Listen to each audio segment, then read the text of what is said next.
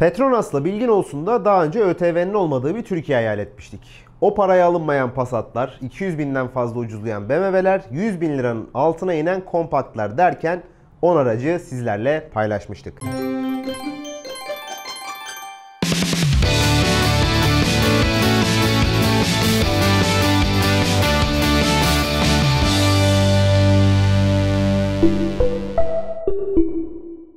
Yeni bölümümüzde ise SUV modellerinin bazılarına göz atacağız. 10 araçlık listenin 6'sı ana akım, 4'ü premium olacak.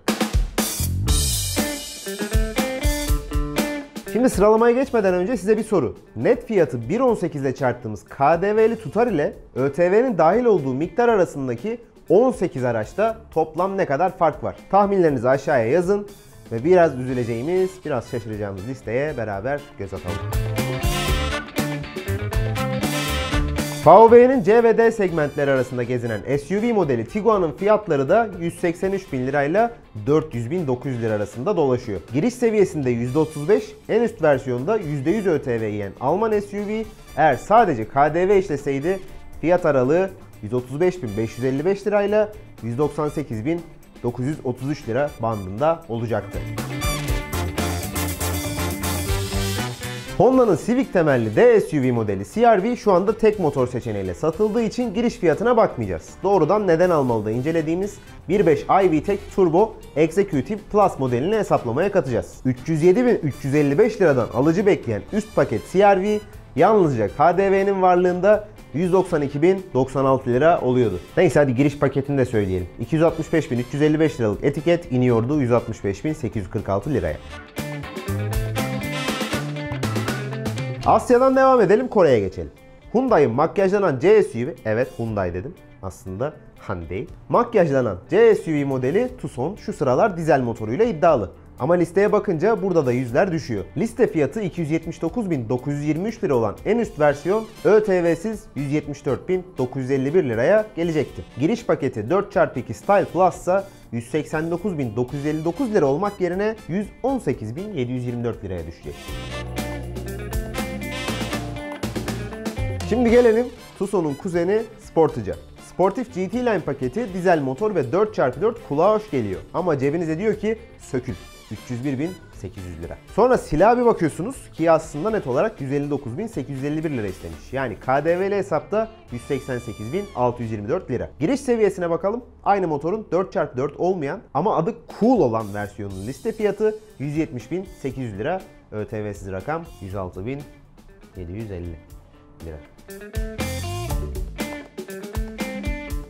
Sınıfının liderleri arasında yer alan Qashqai'nin en pahalısı şu an kampanyalı olarak 247.300 liraya alıcı bekliyor. Motor 1 ÖTV'siz hava sahası kampanyasında koyarsak fiyat 154.562 lira olacak. Elektronik park frenini en ucuza veren modellerden 1.2 DI GT Vizia, ve güzel isim o ya, ise 119.900 liradan alıcı bekliyor. Bu da kampanyalı fiyat. Yapıverdim. Bir kampanyada ben oldu 88.814 lira. Bir zamanlar ucuz SUV vardı. Bayağı 50-60 bin liraya alabiliyordun. İşte o Duster'dı. Şimdi en üst paketinin fiyatı 156.900 lira. Gene piyasanın altında ama ne bileyim. ÖTV olmasaydı %35'lik ödenecek miktar 116.222 lira olacaktı. Giriş paketi şu haldeyken 98.900 lira. Aynı oranda vergi düşülseydi fiyat 72.259 liraya inecek. Geldik premium SUV sularına. BMW'nin 190 beygirlik 4 çeker dizel X3'ünün etiket fiyatı 604.400 lira. Tabii ABD'ye uygulanan ekstra vergi henüz çıkarılmış değil fiyatlardan, onu belirtelim. Şimdiki halinden %110 ÖTV'yi düşüyoruz. Etiket ne oluyor? 287.809 lira. Helal olsun. X3 olsun, çamurdan olsun diyorsanız S-Drive 20i'nin Türkiye paketi versiyonuna gideceksiniz. 420.900 lira. Attım mı %60 ÖTV'yi? Ne kaldı? Değil. 263.062 lira. Test aracı dolaşan ama hala ne hikmetse alamadığımız Audi Q8 tek paketle geliyor. 50 TDI Quattro. Fiyatsa 1.207.499 lira. ÖTV de kallavi yani %160. Onu çıkarınca kalansa sadece 462.206 lira. Evet, yanlış duymadınız. Bir kendinize, iki devlete. Hayırlı işler. %160 yiyen bir başka premium SUV Mercedes'in ikonik makinesi G500. Bunun da test aracı var, gelmedi. Liste fiyatı 1.560.300 lira. O kadar ÖTV olmasaydı da 595.038 lira olacaktı. Normal fiyata 5.5, vergi yüküne 2 tane 1.5 TSI ACT Comfortline DSG Passat alırım abi. İncelemesini yaptığımız Ghibli'nin SUV kardeşi Levante'nin S Grand Sport V6'sı %160 ÖTV ile 2.023.411 liraya satılıyor. Ya işe bak bu arada, Mercedes'ten Audi'den araç yok, Maserati sakınmıyor. Helal be size.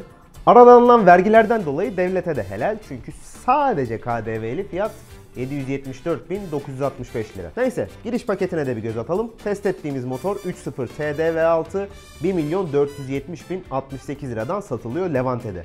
%160 ÖTV'yi düştüğümüzde ulaştığımız rakam 562.376 lira. Özellikle lüks modellerdeki vergi yüküyle bile başka bir lüks makine alabiliyorsunuz. Ne güzel sistem değil mi? Bu arada toplam 18 araç saydık başta dediğimiz gibi ve bunlardan sadece birer tane satılsa bile toplanan vergi 5.349.858 lira.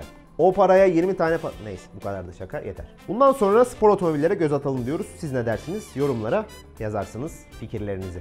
Elinizdeymişken beğeni, paylaşım, abone olma, zili açma gibi şeyleri de yapın lütfen. Yoksa her neredeyseniz sizi bulurum ve telefonunuzu elinizden alıp ben yaparım. Bunu istemezsiniz. Neyse, sonraki videoda görüşürüz. İyi sürüşler.